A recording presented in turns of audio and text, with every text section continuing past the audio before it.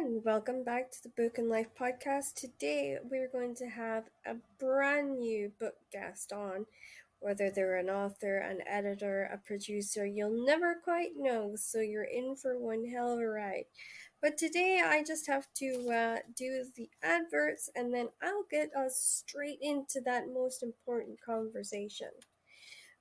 And as we do every week, I'm going to read The Shadow, which is part of the Time Guardian series, and this is book 4 from Marianne Curley. The battle is over, the war is won. The prophecy complete, but life can't just pick up where it left off for Ethan, struggling to cope with tragic loss. At odds with friends in the guard, he finds himself adrift, jumping in shadows and sensing someone who can't possibly be there. Blaming herself for the goddess Athena's death, Giselle swears revenge to vilify the immortals' plan for world domination. But Giselle hadn't planned on love, and that leaves her with an unbearable choice. Should she follow her heart or the strings of a goddess short on praise but high on expectation, who continues to pull her from the grave? As the guard and the order battle through the past and into an impossible future, darkness lurks round every corner. The fight for the world's survival rests with just one. Is it friend or foe who stands in the shadow? And just a reminder that The Price of Freedom by Rosemary Rowan, is being donated to the Ukraine refugee crisis. And here's the blurb for her book. It's one of her Roman British crime series, which was written under her maiden name.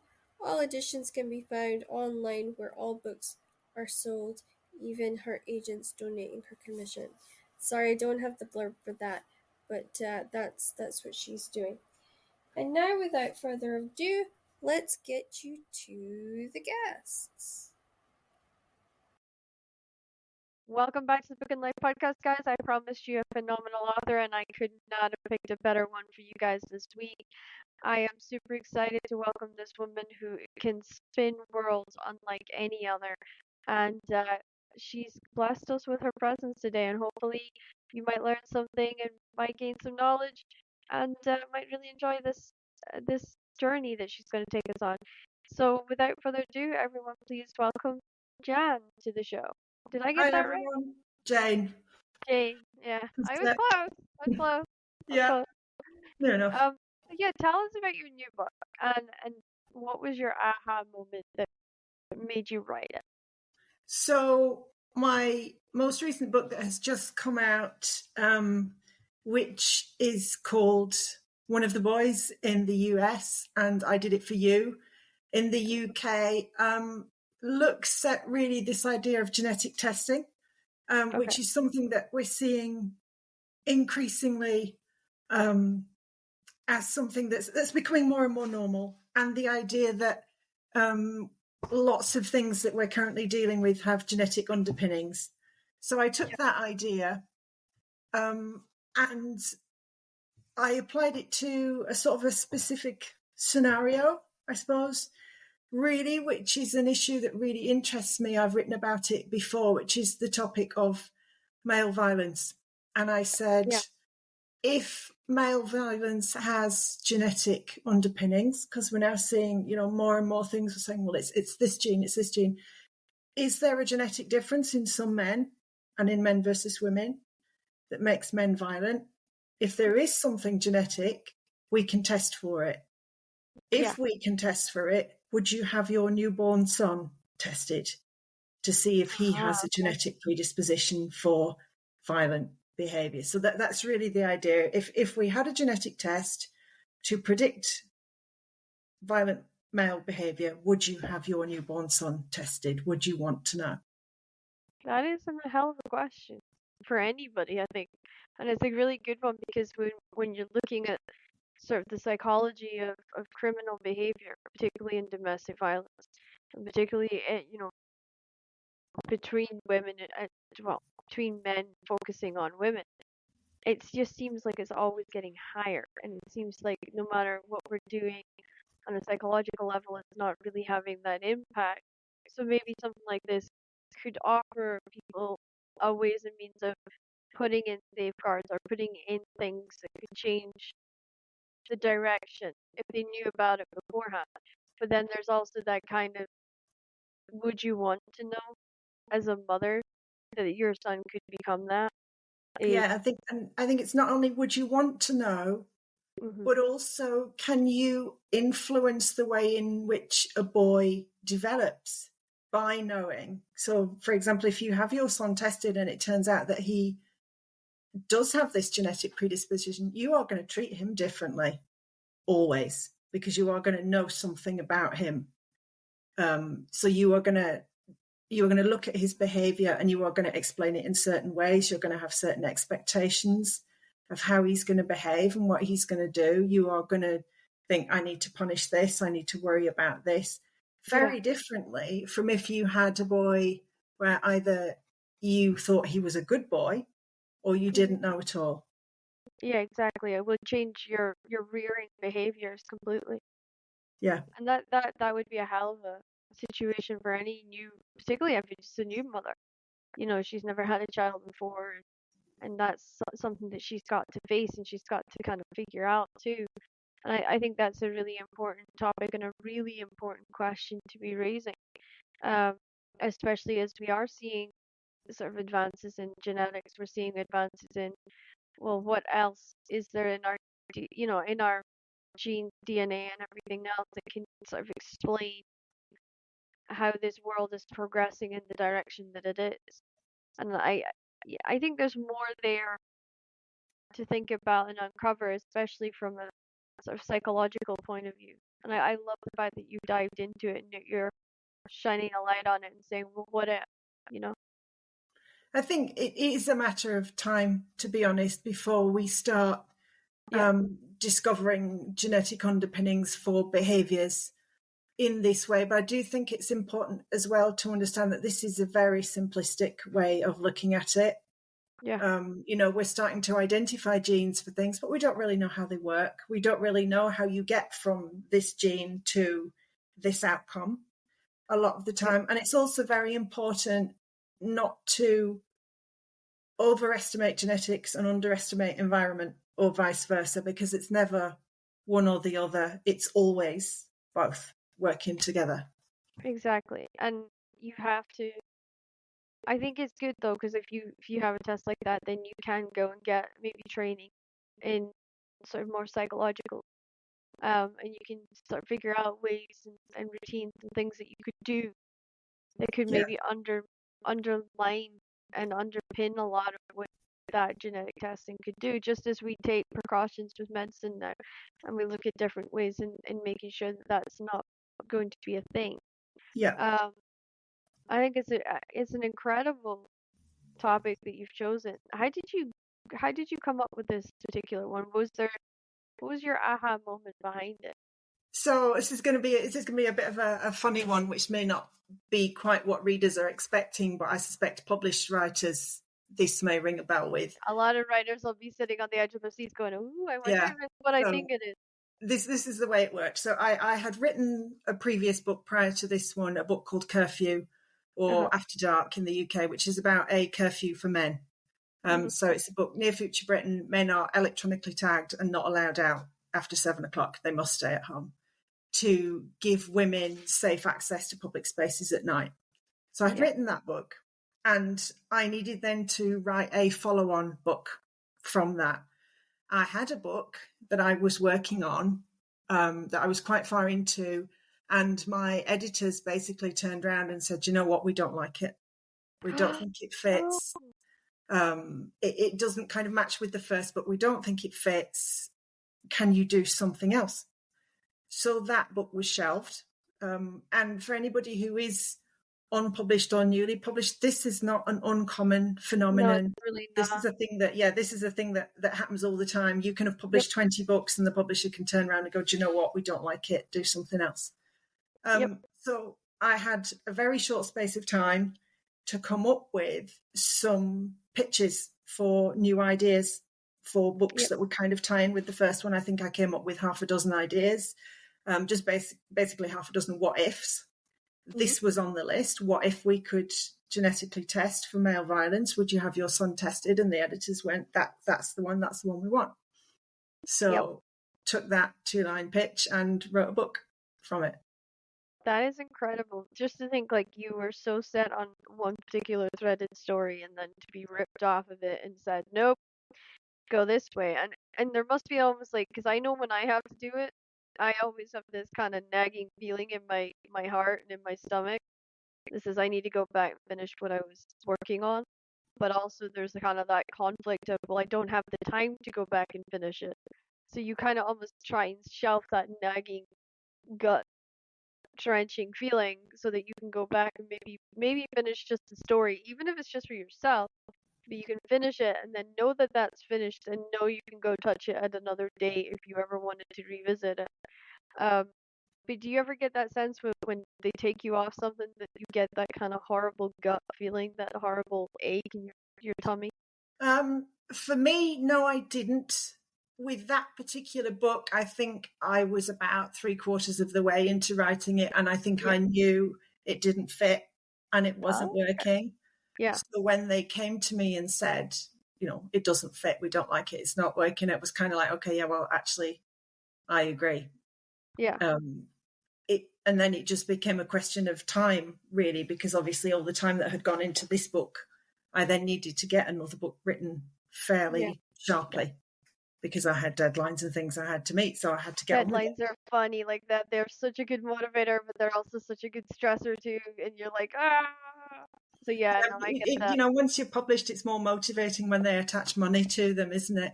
Yeah, because then you're like, well, I can put that to the holiday, or I can put that to the bills, or Yeah. No, I get that. Especially for me, like I used to get told, okay, your deadline's this, and then I'd be sitting there, drumming my fingers, going, the edits are coming, and then that moment when the edits arrive, and I go, oh no. I know. I always say you have to sort of psych yourself up to look at them, don't you? It's a bit like ripping off a plastic. Like, I'm going to do it. I always do the editor first. Like I get the email, and she always gets one right back that says, "Just tell me how bad it is." It's like, how bad is it? And then I'll get like a grade from 1 to 10, and usually that kind of prepares me a little bit because then I can be like, right, okay, the largest cup of coffee I can make. Let's go, and then I gotta get myself into it. Do you have that kind of like I think waiting for edits really, and then looking at edits is a bit like waiting for exam results.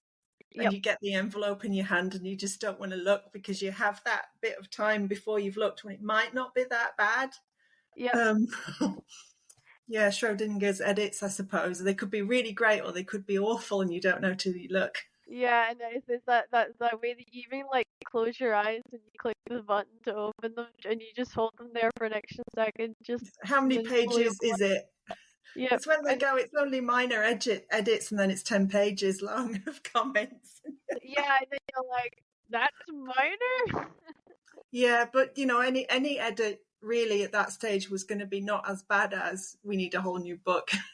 True, very true. I remember getting the edits back, I think it was for Being Amber, and they were like, it's minor.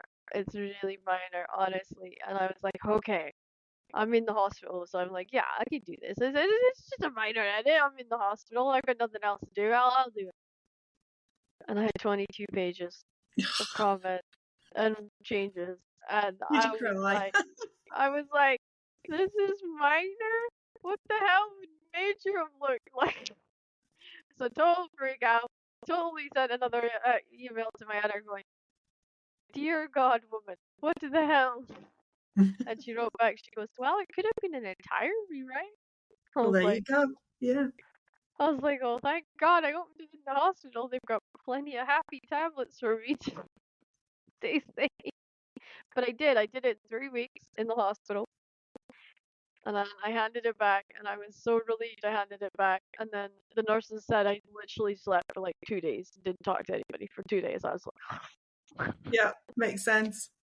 But it was good because it kept me busy, and particularly if you've got arthritis and you're in and out of treatments and stuff, sometimes having a book that you need to get done, or having a book to work on, is just it's a blessing in disguise, because you can go, okay, now I need to get my button gear, and now I need to get this done. So Yeah, I something to focus on.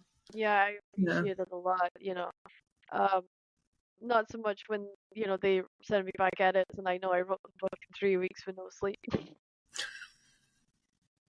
And I know it's gonna be bad because I did it in 3 weeks with no sleep. And I even put that at the top of the page. Remember, I did this in 3 weeks with no sleep. Just in Excuse any case. bits that don't make sense. Yeah, but luckily the book made sense. It was just the grammar was completely out of whack. So I Fortunately, was that's like, what copy editors are for, isn't it? yeah, so like the editor was like, "Oh, it's not really that bad. You just need to cut it in half, and the grammar is the issue." And I'm like, "Well, I did tell you I was dyslexic, so Yep. go-to excuse, fantastic." So, what are you reading right now that's exciting for you? What's getting you excited to pick up a book right now? I'm kind of going back in time a little bit, really. I suppose I've been reading a lot of Daphne du Maurier, Okay. beyond sort of Jamaica Inn and Rebecca, because she wrote those books when she was very young, Yeah. and she carried on writing for quite a long time after. And you can see kind of how her books become more adult and more mature as she gets Yeah. older. Yeah. Which is really interesting. I've also been reading a lot of Mary Stewart, and she wrote sort of gothic mystery She did. Yeah. romances, very tame, very gentle, no violence, no sex on the page, just sort of really gentle gothic romances, which I'm really enjoying. I'm kind of in the mood for that at the moment. I think everything on the news and So elsewhere is so terrible that sometimes you need something that's a little bit yeah, you not. do. You need an escapism. I'm actually in Throne of Glass right now, the final book, because I was like, dear Lord, I need something that just takes me away from all this right now. Like, I Yeah. need an escape. And also, I'm doing forensic psychology this year for my 4th year of uni. And I'm like, I definitely need an escape because that's a lot. And then I also teamed up with advanced creative writing, so I'm like, really need an escape. So, so that's kind of my go-to at the moment. And I have to say, I'm dreading the end of the book because I've enjoyed the series so much. So I'm almost like I don't want it to end because I've Because then loved what the do you do series. with yourself? Where are you going to I go know, next? You know? I know that just means I have to go on and read the finals of the Court of Thorns and Roses series. Um, which is more Fae and it's more fairies and stuff like that. So that'll be hugely different. And I don't want that one to end. So I'm kind of like moving my way through series that I really need to finish. And also I'm doing all the book reviews for the Book and Life podcast. So I've normally got 2 books on the go and then I've got 2 textbooks on the go. So yes, my little desk area kind of looks like a fort at the moment. The book fort, though, so it's a good A thing. little bit, yeah, a little bit.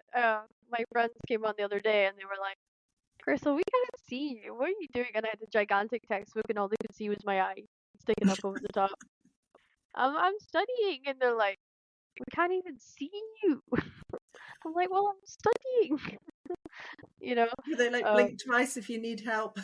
yeah, they were like, do you need us to come dig you out? And I'm like, can you come make dinner? That seems They're like, reasonable. it's a bit long way to come to make dinner, Crystal.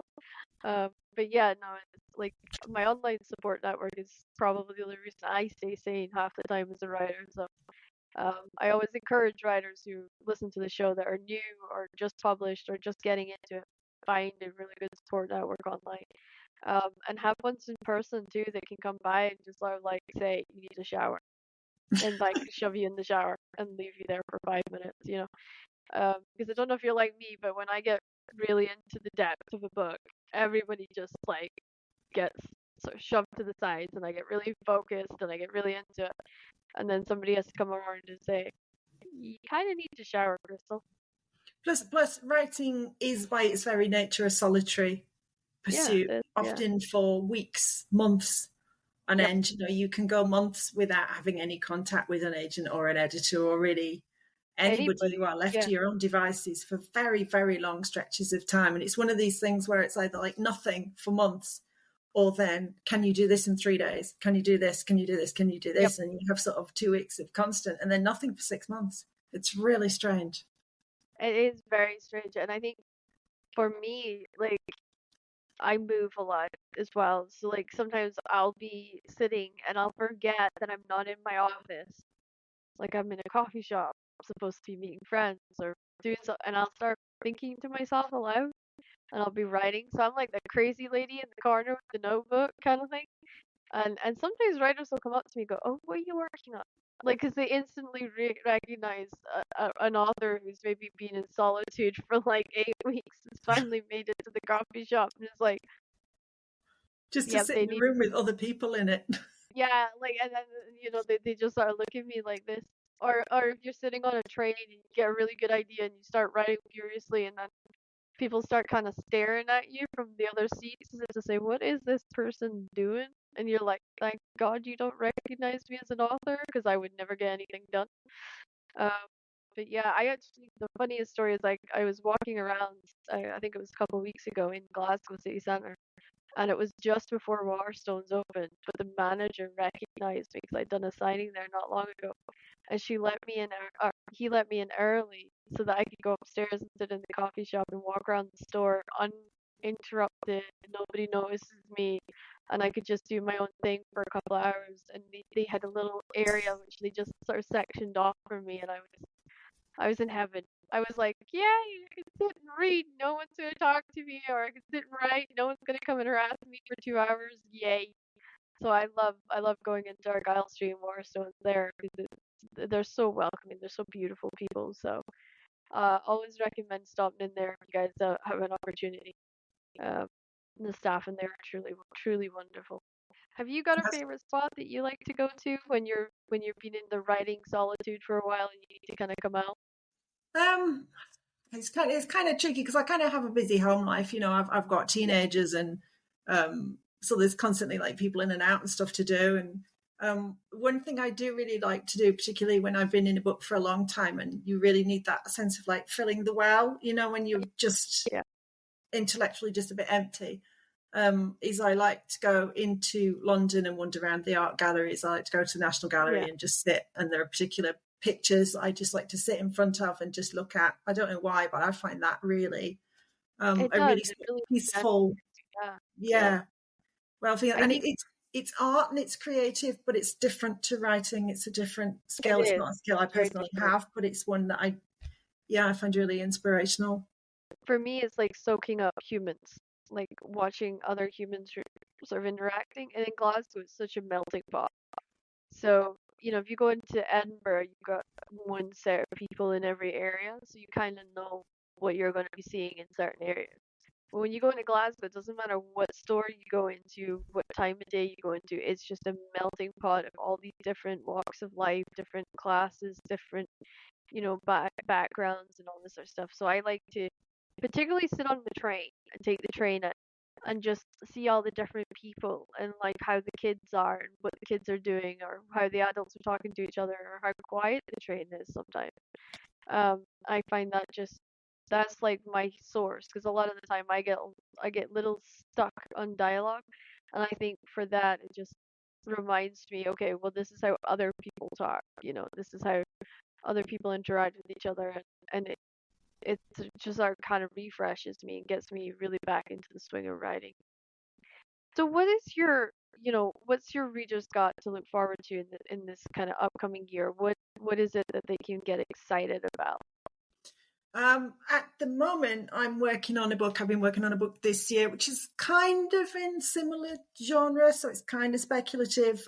Yep. What if with a technological base, and it's about a company which invents an app which can scrape through your entire internet history, and Oh, then yeah. oh, Scared. yeah, all the stuff you've looked at when nobody Yep. was there, and the messages you've posted under sock puppet names, and the Yep. places you've been, and literally everything, and create a profile about you based on its ability to scrape your entire internet history.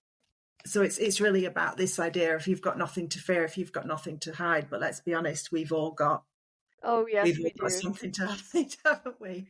Especially as writers, because I'm sitting here thinking I'm doing forensic science, so all of those weird and wonderful words that I've had to look up recently, that could get taken so out of context.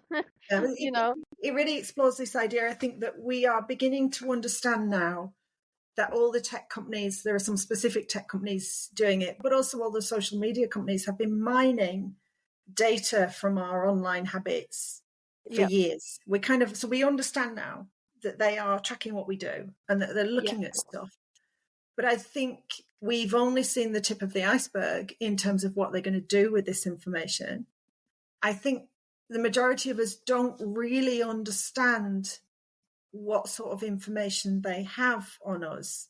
yeah, So they're tracking all these sorts of weird and random data points, and because this stuff is analyzed by computer rather than by humans, they are able to see patterns within the data that a human brain, we just can't work through it fast enough to be able to see the patterns. So they can analyze 10,000 data points for 50,000 people, and they yeah, can see behavioral patterns emerge that we couldn't pick out.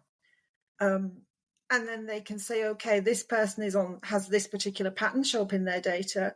We know that other people with this particular pattern who show up in their data are likely to vote this way, or are more likely to buy yeah, this, or are more likely to like this television program, or eat this food, or go to this place, or behave in this way. And we all understand that that's then used for targeted advertising. It's been yeah, used to sell everything from trainers to cars to political parties.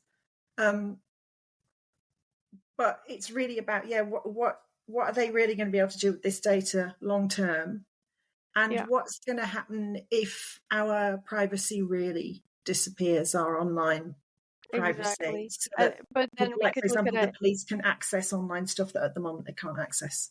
Yeah, but then we could look at it in a different way as well. Like, how could, from an detective inspector's point of view, narrow down suspects by using the pattern behavior, or even having say somebody's gone missing?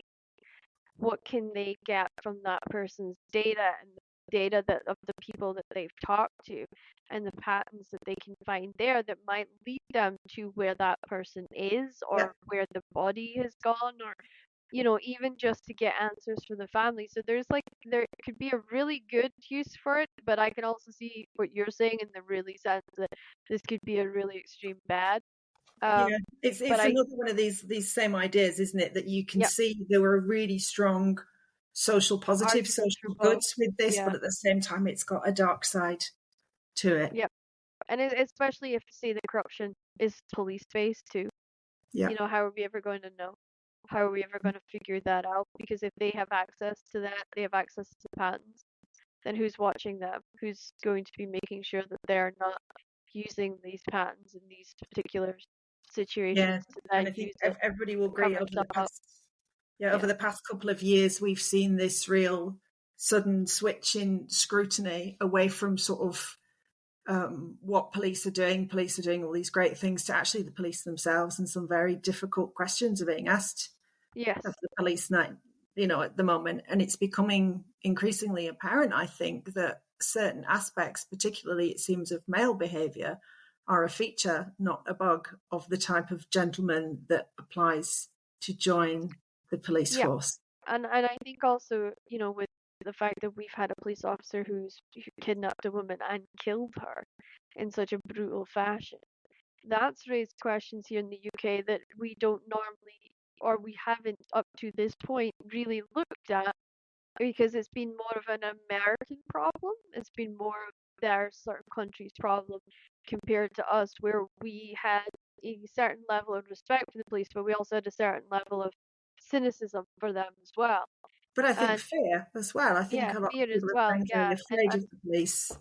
and I think, well, we'd watched what was going on in America and said, "Oh, well, that's never going to happen here," and now it has happened here, and now we're kind of a little bit more, I would say, proactive audience in that regard, where we're like, well, no, actually, the this is not going to happen in our country. We're not going to let this become a thing. Let's do something about it now.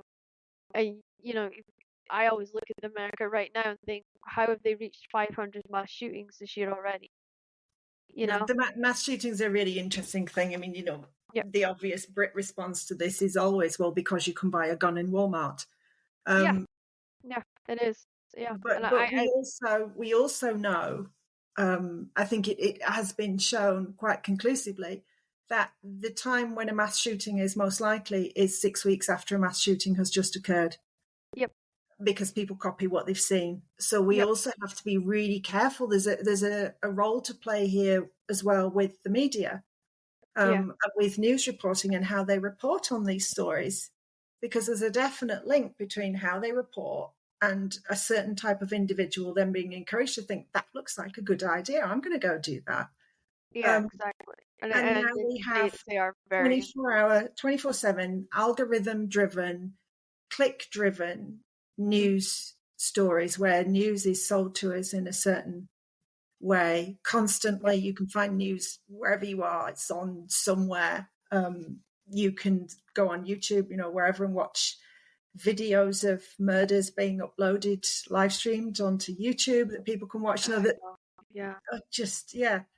But that aspect of it as well, I think, has a role to play the way we present news to people now. That could be an extremely interesting look into the book as well if you did it from the sort of criminal perspective, but you also did it from the detective's perspective at the same time. That could be an incredible story for any reader out there who really wants to sort of dive into it further. Yeah, I think all these modern technologies, that the technologies are moving very quickly.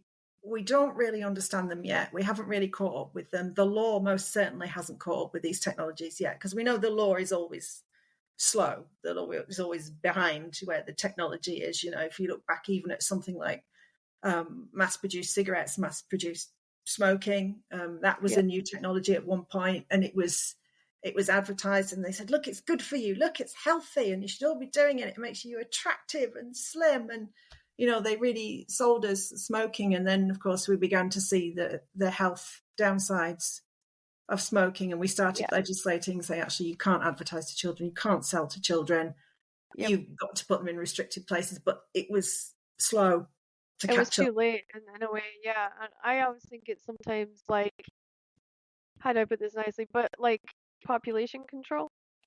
Sometimes I think, like sometimes they just test stuff on us and then they're like, well, if the population goes down, we know it's a bad thing, Yeah, you know? people die, then we know it's a bad idea. Yeah, and Yeah. I think that's what we're going to see with vaping. I think that's Oh, going to be that's the it. new thing. Vaping, yeah. And vaping Yeah, is really interesting, because what you can see with vaping is that the companies that are developing vapes are using Big Tobacco's playbook to do yeah, everything, exactly. how it's advertised, what it looks like, how it's packaged, how it's sold. They're just following that playbook, and they're just, Making a fortune of it, yeah. yeah, well, they wait for the health data to come in and the law to catch up. But I don't think there's anybody who believes really that we are not going to see negative health consequences from vaping. Exactly. I mean, I've seen the difference of a lot of friends who've had exceedingly healthy lungs who then go to coughing maybe 12, 14 times a day because they vape for 2 weeks. And I'm like, well, there's got to be something that's irritating the sacs of your lungs that's causing you to cough and causing you to have mucus issues and stuff like that. So Yeah. to me, I did smoke as a teenager. I did fall victim to tobacco and stuff, but I got off it when I realized it was having a negative impact on me. So when they all switched to vaping, I watched them and I was like, nope, I'm not falling down that rabbit hole. I'm going Know to where be that good. I'm leads. Yeah. staying completely clear of this. I've got enough problems as is. Yeah, good luck with that one. And I kind of got clear of it. But I think, these are big issues that having authors like yourself shine lights on is super important because it kind of gives people a better idea moving forward of, you know, what to expect, what to kind of protect the children from, or at least guide them in such a way that they understand that their actions have consequences and the consequences would be something like blah blah blah blah. But you did it. You survived the Book and Life podcast. It's that quick. It's that easy. It's that over with. It's been an absolute pleasure to have you on, and I I'm excited about your new upcoming book, and I can't wait to have you back so we can talk about it in more detail because I think it's a very interesting subject. Um, but yeah, guys, make sure you come back next week as we've got another incredible author who's popping on for a little half-hour chat and a little insight into their world and what they're up to. So you're not going to want to miss that. But for now, be safe, take care of yourself, guys, and we will see you again on Monday.